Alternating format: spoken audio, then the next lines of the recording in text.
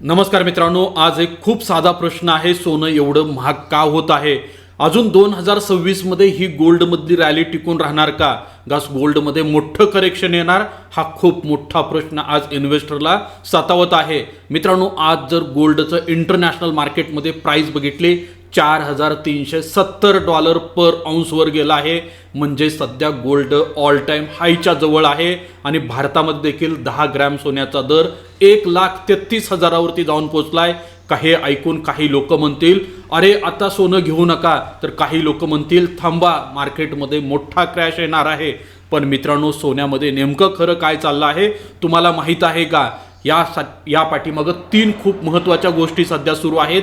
एक म्हणजे global region आहे, दुसरं इंडिया पॅसिफिक रिजन आहे आणि सर्वात महत्त्वाचं 2026 मध्ये गोल्डमध्ये काय सिनारिओ बनतोय आणि गोल्डच्या समोर काय रिस्क आहे, आज मी ह्या व्हिडिओच्या माध्यमातून तुम्हाला सांगणार आहे. मित्रांनो, तुम्ही जर अजूनपर्यंत आपल्या यूट्यूब चॅनलवर नवीन असाल, यूट्यूब चॅनलला सबस्क्राईब केलं नसेल तर प्लीज पहिल्यांदा यूट्यूब चॅनलला सबस्क्राईब करा आणि हा व्हिडिओ जास्तीत जास्त शेअर करा. समजा मित्रांनो, तुम्ही एका हायवेवरून खूप स्पीडनं गाडी चालवत आहात आणि अचानक तुमच्या समोर सिग्नल येतोय, रस्त्यामध्ये पुढे प्रचंड मोठ्या प्रमाणात फॉग आहेत, विजिबिलिटी कमी झाली आहे. अशा वेळेला मित्रांनो तुम्ही काय कराल? तुम्ही स्पीड नक्की कमी कराल, रिस्क टाळाल आणि सेफ लेनमध्ये तुमची गाडी चालवाल. मित्रांनो, फायनान्शियल मार्केटमध्ये देखील एक्झॅक्ट हेच होतं. मित्रांनो, गोल्ड ही एक सेफ लेन आहे इन्व्हेस्टरसाठी, हे पहिल्यांदा लक्षात घ्या. मित्रांनो, मार्केटमध्ये सध्या काय सुरू आहे, ग्लोबल इकॉनॉमीमध्ये काय चाललंय हे पहिल्यांदा तुम्हाला समजून घेणं गरजेचं आहे. मित्रांनो, अमेरिकेतील फेडरल रिझर्व्ह बँकेने रेट कट केल्यानंतर गोल्ड अक्षरशः टर्बो इंजिन सारखं स्पीडनं धावत आहे. 2025 मध्ये अमेरिकेच्या सेंट्रल बँकेनं म्हणजेच फेडरल रिझर्व्ह बँकेनं अनेक वेळा 25 पॉईंट बेसिसनं रेट कट केले. हे रेट साधारणतः 3.50 ते 3.75% खाली आहे. मित्रांनो, आता काय महत्त्वाचं आहे, कारण जेव्हा इंटरेस्ट रेट खाली येतात तेव्हा रिअल यील्ड कमी होते, US डॉलर वीक होतो आणि गोल्ड होल्ड करायची अपॉर्च्युनिटी कॉस्ट देखील कमी येते, हे पहिल्यांदा लक्षात घ्या. म्हणजे लोक म्हणतात FD बॉन्डवर यील्ड कमी, रिस्क वाढते, मग चला गोल्ड घेऊया आणि एकदा फ्लो सुरू झाला की ही रॅली कंटिन्यू होते. त्याचबरोबर मित्रांनो, पाठीमागच्या 2 ते 3 वर्षामध्ये जगभरामध्ये प्रचंड मोठ्या प्रमाणात जिओपॉलिटिकल टेन्शन सुरू आहे. मिडल ईस्टचा प्रॉब्लेम अजून देखील सुटलेला नाही, रशिया युक्रेनचं युद्ध अजूनपर्यंत थांबलेलं नाही आणि त्यातच काय, अमेरिकेनं सुरू केलेलं टॅरिफ्स युद्ध पूर्ण जगभरामध्ये पसरत चाललं आहे. आणि याचमुळं मार्केटमध्ये जी इक्विटी मार्केटमध्ये असणारी अपॉर्च्युनिटी इन्व्हेस्टरला कमी दिसते आणि त्याचमुळं मोठमोठे इन्व्हेस्टर देखील इन्व्हेस्टमेंट असेट क्लास म्हणून बघत आहेत आणि पोर्टफोलिओला हेज करण्यासाठी मोठ्या प्रमाणामध्ये गोल्ड ETF मध्ये इन्व्हेस्टमेंट सुरू आहे, हे पहिल्यांदा लक्षात घ्या. त्याचबरोबर मित्रांनो, सेंट्रल बँक त्याचबरोबर ETF इन्फ्लो गोल्डमध्ये खूप मोठ्या प्रमाणात सुरू आहे. मित्रांनो, पाठीमागच्या काही दिवसापासून जगभरातील सेंट्रल बँकांनी मोठ्या प्रमाणात गोल्ड खरेदी केलं, त्याचबरोबर गोल्डमधला रिझर्व्ह देखील वाढवला. दुसरीकडे गोल्ड ETF मध्ये असणारी इन्व्हेस्टमेंट देखील मोठ्या प्रमाणात वाढत आहे. मित्रांनो, भारतामध्ये सोन्याचा दर 1,33,000च्या पार गेला आहे. मित्रांनो, खरी स्टोरी आता इथं तुमच्यासाठी खूप महत्त्वाची आहे. ग्लोबल पातळीवर सोन्याची मागणी तर वाढत आहे, पण मित्रांनो, भारताचा जर विचार केला तर आपल्या देशाचा रुपया सातत्यानं वीक होतोय. रुपया 91च्या पार जाऊन पोहोचलेला आहे आणि आपण मेजॉरिटी गोल्ड हे इम्पोर्ट करतोय आणि गोल्डचे व्यवहार हे सगळे डॉलरमध्ये ठरले जातात. त्यामुळे डॉलर स्ट्रॉंग झाला, रुपया वीक झाला का तुमच्या घरी येणारं सोनं आपोआप महाग होतं. जरी ग्लोबल मार्केटमध्ये सोन्याचे रेट कमी झाले तरी देखील मित्रांनो, फॉरेक्स फॅक्टरमुळे भारतामध्ये सोन्याचे दर हे उच्चच राहणार आहेत आणि त्याच वेळेला भारतामध्ये असणारी सोन्याची मागणी देखील हाय लेवलला आहे.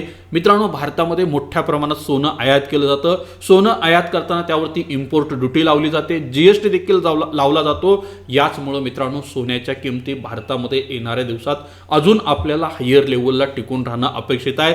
ग्लोबल मार्केटमधलं गोल्ड आणि इंडियाच्या मार्केटमधल्या गोल्डमध्ये एक गॅप जो आहे तुम्हाला ऑलवेज दिसणार आहे, पहिल्यांदा लक्षात घ्या. सगळ्यात महत्त्वाचं मित्रांनो, भारतामध्ये सोन्याला सर्वात जास्त मागणी हे लग्न सराईमध्ये असते आणि लग्न सराईमुळे या ठिकाणी सोन्याची मागणी देखील मोठ्या प्रमाणात वाढत आहे आणि त्याचबरोबर देशातील खूप सारे इन्व्हेस्टर सध्या गोल्डकडे इन्व्हेस्टमेंट अपॉर्च्युनिटी म्हणून बघत आहेत.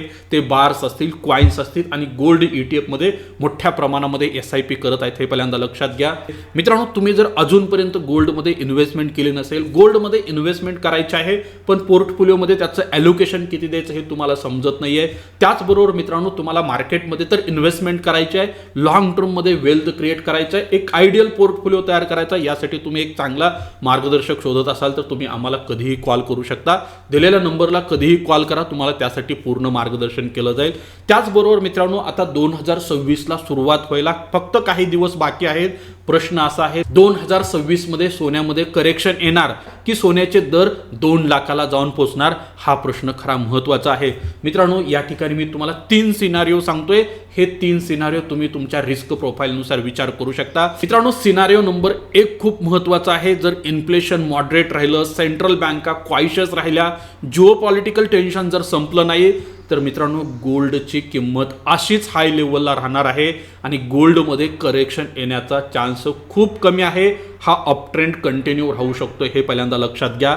त्याचबरोबर मित्रांनो सिनारिओ नंबर 2 जर बघितला, समजा मिडल ईस्टमध्ये असणारं टेन्शन एस्केलेट झालं, ट्रेड टॅरिफ्स अजून एक्सपान्शन झालं आणि सेंट्रल बँकांनी याच पद्धतीनं जर गोल्डमध्ये खरेदी चालू ठेवली तर मला वाटतं की येणाऱ्या दिवसात गोल्डचा रेट डेफिनेटली 2 लाखांकडे काय करू शकतो, जाऊ शकतो.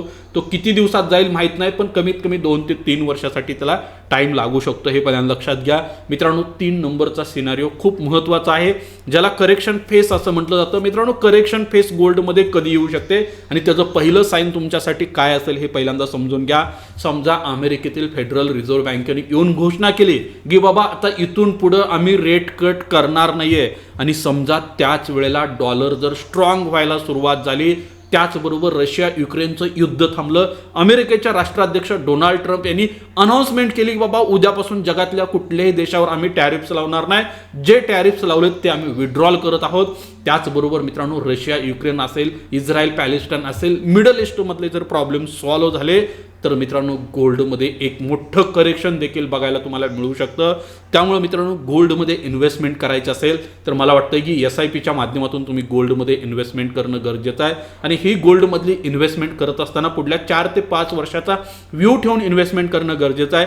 कारण पाठीमागच्या 1 वर्षामध्ये गोल्ड आणि सिल्वरनं ज्या पद्धतीचे छप्पर फाडके रिटर्न दिले त्यानुसार मित्रांनो येणाऱ्या दिवसात देखील हे असेट क्लास याच पद्धतीचे तुम्हाला रिटर्न देईल, याची कुठलीही हमी दिली जाऊ शकत नाही.